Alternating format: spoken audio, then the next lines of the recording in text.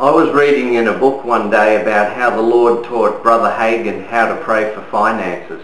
I think the Lord told him something like, from now on don't ask me anymore for finances because the money you need is down on the earth, but instead claim the amount you need and then command the devil to take his hands off your money, and then command the angels of God to go out and cause that money to come in. And in the book, Brother Hagin said to the Lord, you'll have to give me some scriptures on that, because he wasn't sure if it was scriptural for a believer to command angels to go out and do things. And the Lord showed him a verse in Hebrews where it says that, are not the angels ministering spirits sent forth to minister for those who shall be the heirs of salvation? Notice that the angels are sent out to minister for the heirs of salvation, not just to the heirs of salvation, which is us. We are the heirs of salvation. And Brother Hagin said to the Lord, how exactly do I do that? And the Lord just repeated it. You claim the amount you need, you command the devil to take his hands off your money, and then you say, I command the angels of God to go out and cause the amount of money that I need to come in. Well, when I read this in a book, I decided to try it.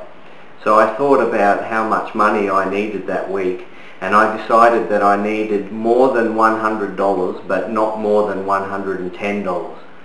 So I mentioned that amount, and I commanded the devil to take his hands off that money, and I commanded the angels of God to go out and cause more than $100, but not more than $110 to come to me.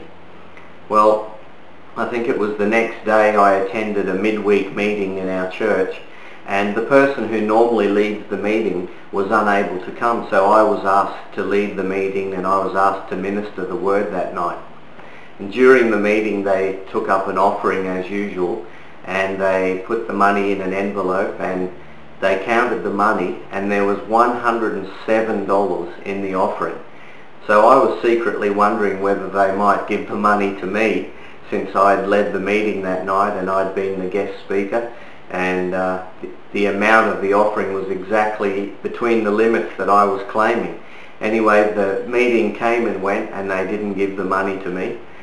And afterwards we went out to a coffee shop, and after we finished at the coffee shop, a few of us were just standing in the car park getting ready to go our separate ways, and suddenly one of my friends said, I feel led to give you some money, John, but I'm not sure if I have the amount that I feel led to give you. Just let me check. So he opened his wallet, and then he pulled out $100 and gave it to me. And then one of the other brothers standing beside him immediately said, I'm going to add $10 on top of that, and he put the $10 note on top of the $100. So God gave me the exact amount that I claimed without me telling anybody what I needed.